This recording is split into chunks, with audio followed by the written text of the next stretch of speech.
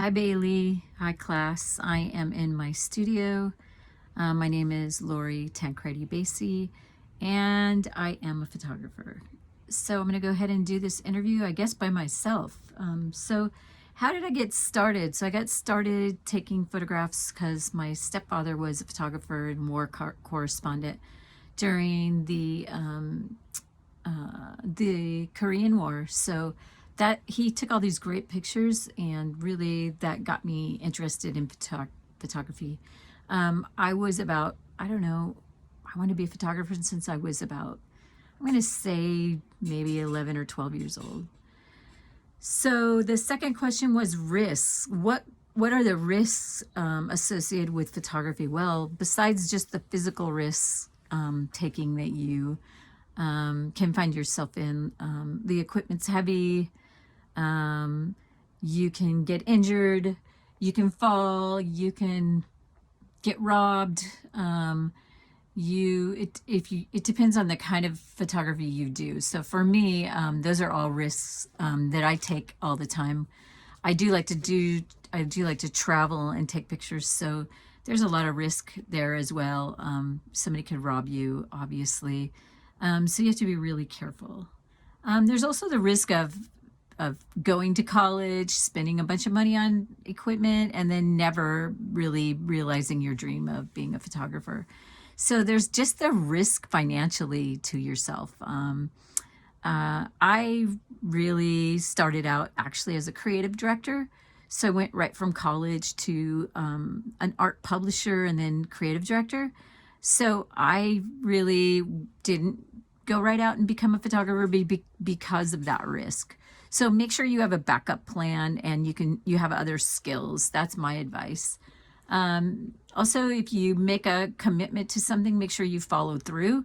Because if you tell someone you're going to do something and you don't, you could get sued. So there's just a lot of financial risks involved in photography. It's super expensive. It's time consuming. And the equipment's really expensive, and there's just a lot of financial exposure.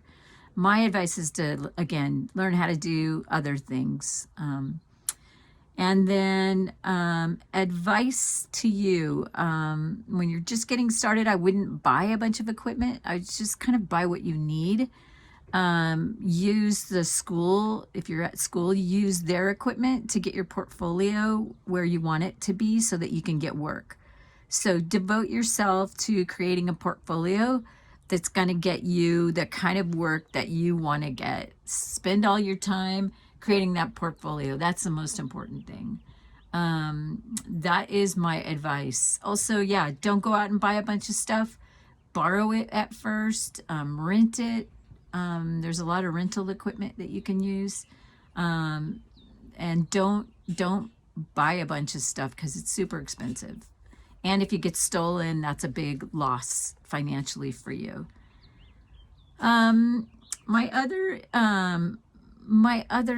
advice is to figure out what you love to do, right? So figure out, like, do you like portraiture? Do you like, and make sure you set yourself apart. Like, figure out a way to make your work stand out, so that you stand out amongst the others. Because there's a lot of photographers, and it's not easy to get recognized and seen because there's just so many people that want to do it.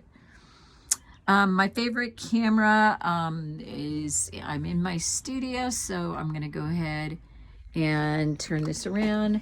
I keep my favorite camera in that bag right there in my studio. I'm going to grab it. And, oops, I just knocked something over there in my studio. I'm going to have to pick that up. So make sure you keep it in a nice bag, right? Keep it in a nice bag, and protect it, right? Lock it up. My favorite camera is in here, and it is the Sony. And right now I have a cage on it because I was actually shooting a video. So that's a protector, right? And you could tell this camera looks brand new. It's because I always keep it in a case I never leave it out. If I'm gonna take it somewhere, I keep it on my shoulder at all times. You can see this bag is really nice and small, so you can wrap that bag around you very easily. Yeah, that's Sony. That's a mirrorless camera. They're great. They take great pictures. It's beautiful. My favorite lens right now is the 80. I use that for portraiture. I am trained. That was my training, portrait photographer. So I love my 80, but I like to shoot street photography. So I like a 18 or a 24 for that, which is wide angle, right? For that kind of photo. One of my favorite projects was pictures of kids, and I have a photo right here in my studio. You can see that is shot with a 4x5 camera. You can see the edges. Those edges are real. Those are not fake edges. So this was taken with a 4x5 Polaroid. Those were a pull apart Polaroid. And that was one of my favorite projects. I also love projects that are kind of useless, I think I will call it. It's sort of projects that nobody maybe will love except for me. So I love to do those kinds of projects. I have a piece from a useless project. I'm going to call it that because, and you can see this is a Cibachrome print from a 4x5 negative.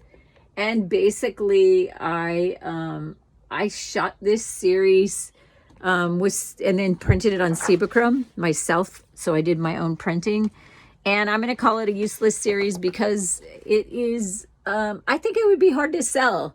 It's not a real marketable series, even though I had a lot in mind when I made it. I really just made it for myself. So I've never shown that series. It was an interesting work, and I probably will never show it. I just love it myself. So do what you love. You do you, right? Do what you love. All right, that's it. I hope you have enjoyed. Here's my studio. You can see I am a book collector. I have 1 million books, and I have 1 million objects that I shoot. And under here is my computer.